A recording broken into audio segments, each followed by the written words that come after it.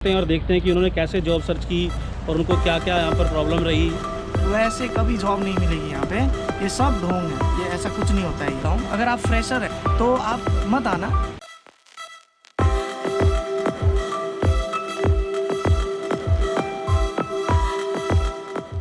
और guys welcome back to my channel एस्कोप DXB। और आज मैं आपके लिए बहुत ही स्पेशल वीडियो लेकर आया हूँ। जैसा कि मैंने अपने लाइव वीडियो में बताया था कि आज मैं एक भाई को मिलने वाला हूँ, सिविल इंजीनियर भाई को, जो कि दुबई विज़िट वीज़ा पर आए थे और अब उनको जॉब मिल गई है। तो चलिए उनसे बातचीत करते हैं और देखते हैं कि उन्होंने कैसे जॉब सर्च की और उनको क्या क्या यहाँ पर प्रॉब्लम रही। तो गाइस ये है Raja Pandit. Hello, this is me Raja Pandit and I belong from Delhi. Okay Raja, जैसे आप विज़िट वीज़ा पर दुबई आए थे, सबसे पहले आप देखने वालों को बताओ कि आपकी एजुकेशन क्या है और आपका इंडिया का एक्सपीरियंस कैसा रहा कंस्ट्रक्शन का। बेसिकली मेरा जो एजुकेशन है वो कुरुक्षेत्र यूनिवर्सिटी से हुआ था और मेरा कॉलेज का नाम ईमैक्स ग्रुप ऑफ इंस्टीट्यूशन था। और जो एक्सपीरियंस है वो मेरा मुंबई का साइन कंसल्टेंसी नवी मुंबई में है, उसका है वो अराउंड 2 इयर्स का एक्सपीरियंस है रिपेयर एंड मेंटेनेंस में, बिल्डिंग लाइन में। सो राजा, आप देखने वालों को बताओ कि आप दुबई कैसे आए थे और आपने जॉब सर्च कैसे की थी। बेसिकली मैं मुंबई में काम कर रहा था वहाँ पे, तो जितना टाइम मैं वहाँ पे दे रहा था और जितना एफर्ट दे रहा था उसका वैल्यू का पेमेंट जो था वो बहुत कम था। तो मेरा एक दोस्त था यहाँ पे ऑलरेडी दुबई में, उसने कहा कि अगर इंजीनियरिंग का डिग्री किया है तो दुबई बहुत बेस्ट है, यहाँ पे अच्छा सैलरी मिलता है। तो फिर उस बाद मैंने हमारा वीडियो वगैरह सर्च करने लगा यूट्यूब में, ठीक है। उसके बाद मुझे सर का यूट्यूब चैनल भी मिला और फिर मैंने देखा, थोड़ा इंस्पायर मैं वहाँ से भी हुआ। उसके बाद फिर मैंने इंटेंशन बना लिया कि मेरे को दुबई में रहना है, इसलिए क्योंकि मैं मुंबई में रहता था तो घर जाता था 1 साल बाद, और दुबई में हूँ तो वहाँ यहाँ भी जाना पड़ता है 1 साल बाद। तो मतलब जितना मैं टाइम दे रहा हूँ उसका वैल्यू इधर ज़्यादा है, और बेसिकली स्टार्टिंग पीरियड में भी ज़्यादा है और बाद में 100% ज़्यादा होना ही है। सो मैंने सोचा कि टाइम को देखते हुए वैल्यू बढ़ाना चाहिए और इसीलिए लास्ट में मैंने ये डिसीजन लिया। सो राजा, अब आप देखने वालों को बताओ कि आपने वीज़ा वगैरह कैसे लिया दुबई का और आपने यहाँ पर जॉब सर्च कैसे किया। वीज़ा का क्या था, मेरा एक दोस्त ऑलरेडी यहाँ पे था दुबई में, तो मैंने वीज़ा जो है उसके थ्रू लिया था, ठीक है। तो मुझे वीज़ा में उतना कोई टेंशन नहीं हुआ। अच्छा, वैसे वीज़ा में कितना खर्चा हुआ आपका? मेरा वीज़ा में 2100 दिरहम्स, करीब 2100 दिरहम्स खर्चा हुआ। Visa and tickets both? या बोथ। ओके। वीज़ा में तो 700-800 दिरहम लगता है। हाँ। और 1200-1500 दिरहम टिकट का, तो टोटल 2100 दिरहम में वीज़ा और टिकट आपका हो गया। ठीक है, तो अब आप बताइए कि आपने जैसे जॉब सर्च कैसे स्टार्ट किया, आने के बाद सबसे पहले क्या किया और कैसे आपने कॉन्टैक्ट्स बनाए, कैसे आपने सब कुछ किया जॉब सर्च के लिए। फर्स्ट ऑफ ऑल तो आने के बाद 1-2 दिन मैं आराम से घुमा दुबई, ठीक है, बुर्ज खलीफा इधर उधर आराम से घुमा, एंजॉय किया। ठीक है। उसके बाद फिर मैंने स्टार्ट किया अपना जर्नी जॉब सर्च का। तो ठीक है। जैसे आपके चैनल से भी मुझे कुछ ट्रिक्स वगैरह मिले, एड्स वगैरह डालना, न्यूज़पेपर में एड्स वगैरह डालना, ओके। और ये आपका इंडीड में अकाउंट खोलना, ओके। या आपका नौकरी गर्ल वेबसाइट्स में जो भी है, डबीजल वगैरह सब में मैंने लिंक किया, लिंक्डइन में कॉन्टैक्ट्स बनाना, सही है। ठीक है। उसके बाद यही प्रोसेस चला। कुछ मैंने अपने रेफरेंस जितने भी मेरे यहाँ जानने वाले थे और सिविल लाइन कंस्ट्रक्शन लाइन में थे, मैंने सभी को मैसेज किया कि मुझे हेल्प चाहिए, ठीक है, और सभी ने जितना कोशिश हुआ वो करने का वादा किया। ओके राजा, अब आप बताओ कि जैसे आपको जो एड्स वगैरह डाली उसका कैसा रहा, कैसे आपके इंटरव्यूज़ रहा और आपने कैसे आगे जॉब सर्च कंटिन्यू किया। हाँ, मैंने जैसे आपको पहले बताया कि मैंने जॉब सर्च के लिए काफ़ी सारे प्रोसेस किए। उसके बाद 5-7 दिन बाद, ठीक है, 5-7 दिन तक तो कोई कॉल्स वगैरह कोई भी नहीं आया मुझे, कोई इनविटेशन इंटरव्यू के लिए नहीं आया। उसके बाद 5-7 दिन बाद जैसे जैसे मैं अप्लाई करते गया, और सबसे इम्पॉर्टेंट बात जो है वो अप्लाई करने का जो टाइमिंग है आपको वो नोट करनी चाहिए। वो 8 से लेके 1 PM तक, 8 AM से लेके 1 PM तक आपको अप्लाई करना है, ठीक है।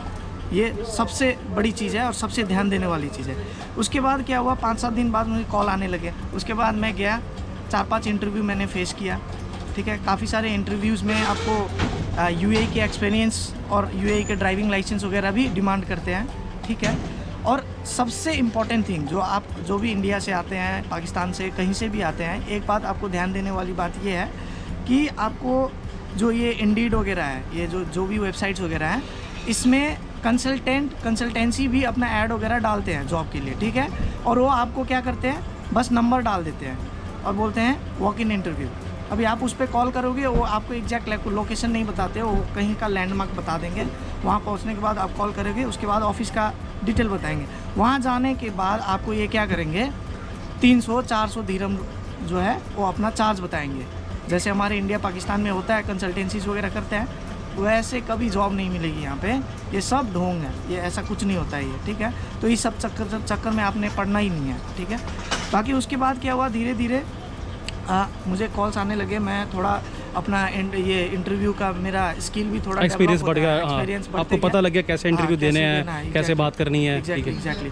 उसके बाद क्या हुआ, फिर मेरे को कॉल आई रेफरेंस, जहाँ पे मैंने रेफरेंस वगैरह के लिए हुआ, तो वहाँ से कहीं से मुझे कॉल आई, उन्होंने इंटरव्यू के लिए बुलाया।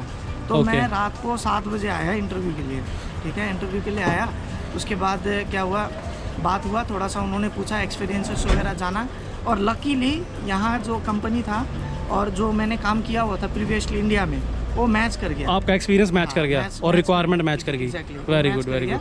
तो उसके बाद क्या हुआ, उन्होंने मुझे हायर कर लिया। Okay, very good. सो ऐसे आपको जॉब मिली। तो थोड़ा देखने वालों को बताओ 1-2 क्वेश्चंस, जैसे इंटरव्यू में क्या पूछा उन्होंने, जैसे मेन एक्सपीरियंस। बेसिकली इंटरव्यू में कोई टफ क्वेश्चंस वगैरह नहीं पूछते हैं, एकदम बेसिक सा क्वेश्चंस वगैरह पूछते हैं, ठीक है। जैसे आपको अभी मुझे क्या पूछा, ये जो रॉड होते हैं, ठीक है, स्टील रीइंफोर्समेंट, स्टील, हाँ रीइंफोर्समेंट होते हैं, उसका एक तो आपको BBC बार बेंडिंग शेड्यूल पूछा, ठीक है, हाँ, बार बेंडिंग स्केड्यूल वगैरह पूछा।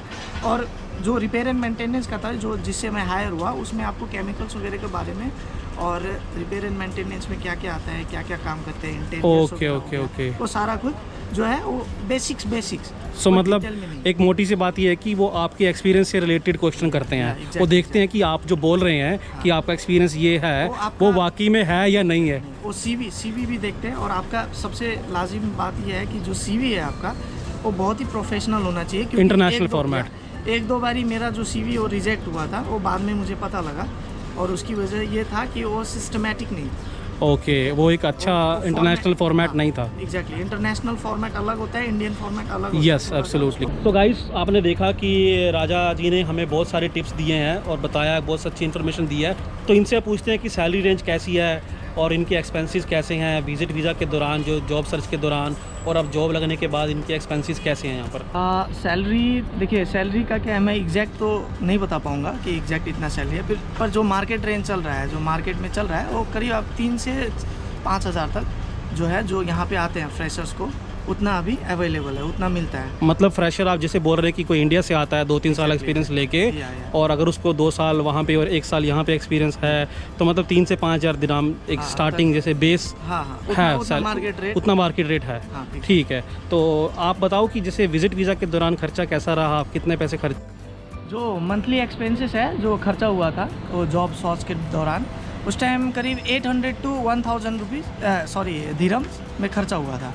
अच्छा, इसमें एड्स वगैरह होता है, हाँ, इसमें एड्स वगैरह आ गया, आपका टैक्सी वगैरह आ गया, बस का फेयर्स वगैरह आ गए, सब मिला के, सब सारा कुछ मिला के उतना तो लेके ही चलना पड़ेगा, उतना होता ही है। ठीक है। और अभी जैसे बैचलर इंजीनियर्स के मंथली एक्सपेंसेस कैसे हैं यहाँ पर। अभी देखिए, एक्सपेंसेस का क्या है कि वो हर किसी के ऊपर डिपेंड करता है कितना क्या है, लेकिन जो बेसिक्स है वो करीब 200 to 400 पॉकेट खर्च, मैक्सिमम 500, इतना मैक्सिमम 500 मोबाइल वगैरह मिला के, हाँ, इधर उधर मोबाइल खर्चा मिला के। एग्जैक्टली, सारा कुछ मिला। ठीक है, इतना तो हो जाता है। ओके राजा, अब आप बताओ कि आप जैसे दुबई आए हो, आपको अब 2 महीने होने वाले हैं, तो आपको दुबई कैसा लगता है और ये कंट्री UAE कैसी है मतलब। दुबई जब मैं पहली बार आया तो यहाँ पे मतलब कम्प्लीटली डिफरेंट है, ठीक है, एंटायरली डिफरेंट है पूरा। ये नेक्स्ट लेवल कहते हैं, एक नेक्स्ट लेवल का स्मार्ट सिटी है ये पूरा, ठीक है। तो आपको यहाँ का माहौल वगैरह, और सबसे बड़ी बात है सिक्योरिटी बहुत है इधर कुछ भी इधर उधर कोई प्रॉब्लम नहीं है। बहुत सेफ कंट्री है, बहुत सेफ कंट्री है, सारा कैमरा से इधर उधर सब जगह कैमरा है, कोई प्रॉब्लम नहीं है। और यहाँ की पुलिस बहुत एक्टिव है, क्योंकि एक इंसिडेंट मुझे याद है, मैं 1-2 घंटे के लिए कहीं निकल के चला गया था, मेरा दोस्त ने पुलिस को कॉल कर दिया था, ठीक है। उसके बाद उन्होंने मुझे ढूंढ लिया, कहाँ से मुझे नहीं पता, मेरा एक्चुअली फ़ोन स्विच ऑफ हो गया था, मैं ढूंढ नहीं हुआ था। उसके बाद फिर मैं गया, फिर मैंने डांटा अपने दोस्तों को, क्या करना है यार, मैं डर गया। उन्होंने फिर मुझे क्वेश्चन करने लगे, कहाँ गया था, क्या वीज़ा क्या है, क्या नहीं है। फिर मेरे को टेंशन हुआ उस टाइम। खैर, उससे यही साबित होता है कि बहुत सेफ है दुबई, और एक्टिव है, सेफ, एक्टिव, और यहाँ पे ये एक तरीके से प्रोग्रेसिव, तो ओवरऑल मतलब इंजीनियर्स के लिए हाँ। अच्छी जगह है रहने के लिए। हाँ, इंजीनियर्स के लिए बहुत अच्छी है। कंस्ट्रक्शन बहुत हाइप में है, अभी चल रहा है, अच्छा चल रहा है। अभी थोड़ा सा खैर डाउन हुआ है, पर फिर से अब जाएगा। अभी 2020 एक्सपो आ रहा है, ओके ओके। ठीक है, तो उसकी वजह से अभी फिर से आप आने की कगार पे है। तो राजा, आपने देखने वालों को बहुत अच्छी इन्फॉर्मेशन दी है। उम्मीद करते हैं इससे बहुत सारे लोगों की मदद होगी और बहुत सारे इंजीनियर्स को हेल्प मिलेगी जॉब सर्च के लिए, और ये एक अच्छी गाइडेंस रहेगी सबके लिए। तो अब आप लास्ट में क्या एडवाइस देना चाहते हो व्यूवर्स को? एडवाइस है मेरा वो, मैं फ्रेशर से स्टार्ट करता हूँ। अगर आप फ्रेशर हैं, जैसे अभी रिसेंटली आपने पास आउट किया है बैचलर, ये जो भी डिप्लोमा या बैचलर, तो आप मत आना, क्योंकि मैं आपको प्रीफर करता हूँ कि आप 2 साल का मिनिमम एक्सपीरियंस, वो भी एक से ज़्यादा कंपनी में हो तो और बेटर है, ठीक है। मतलब हाँ, एग्जैक्टली। मतलब 2 कंपनीज में जॉब करके, जैसे या। 1 साल उसमें और 1 हाँ, साल उसमें, उससे थोड़ा काम की नॉलेज हो जाती है, या। स्किल्स डेवलप हो जाते हैं। मल्टी डिसिप्लिनरी जो क्वालिटी है वो आपके अंदर आ जाएगी, ठीक है, वो बेस्ट रहेगा। अब उसके बाद आने के बाद आपके लिए यहाँ पे फ्रूटफुल रहेगा, ठीक है। फ्रेशर, बिल्कुल फ्रेशर हो तो मत आओ, ठीक है। 1-2 साल का एक्सपीरियंस है, उसके बाद आने के बाद भी आपके लिए, उनके लिए भी मेरे पास कुछ एडवाइस है, मैं आपसे शेयर करना चाहता हूँ। कि सबसे पहले तो आपको क्या करना है, अपना जो भी खर्चा वगैरह लगेगा वो आपको मैनेज कर लेना है पहले। किसी के ऊपर डिपेंड नहीं रहना है कि दुबई में अगर मेरा कोई है तो वो देखेगा। यहाँ पे वेरी गुड, यस। यहाँ पे जो है, वहाँ पे कोई किसी का नहीं है, वो अपने ऊपर फुल्ली डिपेंडेंट होके आना है, पहली बात, ठीक है। उसके बाद कंपनीज वगैरह के बारे में आप थोड़ा बहुत वहीं से भी सर्च करके आ सकते हो, ठीक है। वहाँ से भी सर्च करके, स्टडी करके आए, स्टडी करके उसके बारे में जान के आ सकते हो। और जिस फील्ड से आप हो उसके लिए इंटरव्यू का तैयारी भी मैंने भी उधर से स्टार्ट कर दिया था करना। कंपनीज की लिस्ट बनाना वगैरह, जैसे लिस्ट बनाना वगैरह, ये सारा। और यहाँ की जॉब रिक्वायरमेंट्स कैसी हैं, क्या क्या स्किल चाहिए होते हैं। अगर ये काम आप उधर कर लेते हो तो आपको यहाँ फ़ायदा ये होगा कि आपको उस काम के लिए यहाँ पे टाइम नहीं वेस्ट करना पड़ेगा, और वीज़ा का जो है टाइम आपको पता है कि लिमिटेड होता है। ओके। तो आपके वो बच जाएंगे, वो पे एक प्लस पॉइंट हो जाएगा, ठीक और है। जैसे आपने वीज़ा के बारे में बोला, तो वीज़ा 1 मंथ बेस्ट है या 3 मंथ बेस्ट है? नहीं, जॉब सर्च के लिए तो 3 मंथ बेस्ट है, long term 3 month visa best है। तो ओके गाइस, आप लोगों से बात करके अच्छा लगा, सर से मिलके भी बहुत अच्छा लगा मुझे। अभी लास्टली मैं ये कहना चाहता हूँ कि आप ये वीडियो को लाइक करें, सब्सक्राइब करें चैनल को, क्योंकि ये बहुत ही फ्रूटफुल चैनल है और इससे बहुत इंस्पिरेशन भी मिलती है और जानकारी तो सबसे ज़्यादा मिलती है, जिससे मैंने भी यहाँ से हासिल किया था। ऑलराइट गाइस, मुझे लगता है कि वीडियो आपको अच्छा लगा हो। सो गाइस, अगर आपके कुछ क्वेश्चंस हैं, आपको कुछ सजेशन चाहिए, तो आप मुझे इंस्टाग्राम पर मैसेज कर सकते हैं। Thank you very much. Okay Raja, अब आप बताओ कि आप जैसे दुबई आए हो, आपको अब 2 महीने होने वाले हैं, तो आपको दुबई कैसा लगता है और ये कंट्री यूएई कैसी है? मतलब दुबई जब मैं पहली बार आया तो यहाँ पे मतलब कम्प्लीटली डिफरेंट है, ठीक है, एंटायरली डिफरेंट है पूरा। ये नेक्स्ट लेवल कहते हैं, एक नेक्स्ट लेवल का स्मार्ट सिटी है ये पूरा, ठीक है। तो आपको